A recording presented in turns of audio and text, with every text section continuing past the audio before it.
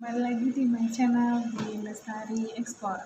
Pada video kali ini saya akan membahas sebenarnya sharing ya, lebih singkatnya typical buyer yang serius itu gitu ya. Sebenarnya buyer itu punya artinya berbeda-beda, dari keseriusannya untuk kita janji kontrak gitu ya. Cuma di sini saya hanya sharing typical buyer itu yang benar-benar serius atau enggak, seperti itu ya. Yang pertama yang perlu kita ketahui, ketika buyer itu udah serius, dia tuh benar-benar langsung kasih DP di awal gitu. Lalu yang kedua, dia lebih sering tanya lagi gitu atau konfirmasi kembali, follow up balik gitu ya. Nah, tapi di sini juga saya sharing sih pengalaman selama ke dunia ekspor. Sometimes kita udah send barang keluar gitu ya, kan artinya sudah sampai di pelabuhan negara tujuan, tapi itu belum dilunasin. Nah, harusnya itu kan kalau sudah sampai di negara tujuan atau di pelabuhannya, kita harus langsung terima pembayarannya lagi gitu kan, karena kan ada yang tipikal DP 50% gitu kan. Harusnya kalau udah sampai kita harus langsung penerima pelunasannya kembali gitu. Tapi nah, kembali lagi, sampai buyer itu berbeda-beda, tapi dan ada juga yang dikatakan sampai even 3 minggu tiba di pelabuhan gitu, belum juga ada pelunasan kita terima gitu. Cuman kita lebih, di sini saya informasikan lebih sabar aja sih mungkin gitu, karena kan bisnis manapun pasti ada yang namanya diuji kesabaran gitu ya. Nah, tapi untuk pelajaran buat rekan-rekan semua, kalau typical buyer yang benar-benar tanda kutip ya, misalnya kayak untuk bohong atau apa, kadang ini pengalaman dari rekan aku juga yang ekspor, ada yang benar-benar udah kirim barang dia nggak ada lunasin gitu. Jadi so ya banyak-banyak juga berdoa sih sebenarnya, positive thinking gitu kan. Dan yang kedua, untuk bayar yang serius itu, tapi ada juga yang bayar yang benar-benar typical buyer yang benar-benar minta dimurahin harga, minta dimurahin ini segala macam, banyak komplainannya dan segala macam. Nah, tipikal yang kedua ini buyer sudah masih belum serius bayar sih, misalnya belum interest lah, kita kan nggak tahu tuh gitu.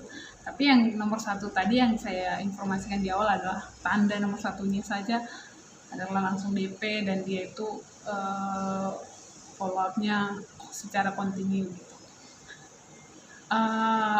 Satu hal lagi rekan semuanya, ketika kita ketemu yang namanya buyer, kan buyer kadang visit langsung ya, lihat produk, nah dia maunya seperti apa gitu. Tapi ketika dia visit, dia minta, nah kita kan langsung informasikan, yuk punya transfer lo gitu kan, misalnya langsung kasih berapa pelunasan atau DP gitu kan. Dia bilang, oh oke, sometime aku udah sampai di negara, aku udah bayar gitu. Nah kita lihat tuh dari janjinya, ini bayar artinya bayar baru ya rekan-rekan semuanya. Nah dari janjinya dia setelah udah sampai tanggal yang udah tentuin, dia transfer nggak gitu. Nah di situ kita melihat bener-bener nggak ini buyer yang good gitu sih. Jadi istilahnya kita bisa lihat buyer itu bagus, itu adalah dari omongannya gitu. Nah kalau dibilang buyer ini berbeda satu dengan yang lainnya, cuman dalam konteks ini saya hanya berbagi pengalaman buyer yang pernah dan pernah kita alami atau kita temui selama kita lakukan ekspor gitu ya rekan-rekan semuanya. Puji Tuhan sih kita kan bayarnya juga ada kan langsung kontrak 1 tahun gitu, istilahnya continue dalam 1 bulan kita ekspor ke dia setiap bulan. Tapi kita juga ada bayar-bayar baru gitu, bayar baru dari negara-negara baru juga, kayak negara Oman dan yang lainnya gitu. Gitu sih.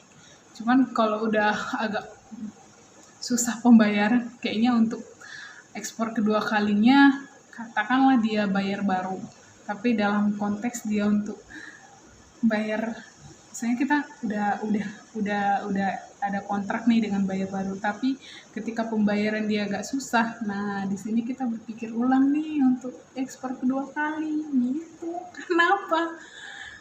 Karena kita nggak bisa pegang perkataannya gitu. Jadi manusia kan kita tahu dari awal dari perkataan dia gitu kan, tapi udah pembayaran lama, jadi ketika dia mau order lagi jadi kayak gimana gitu ya, dia berpikir lagi untuk ekspor ke ke negara dia, boleh sih, tapi untuk bayar yang satu ini kalau misalnya agak gimana gitu dipertanyakan, masih berpikir gitu sih.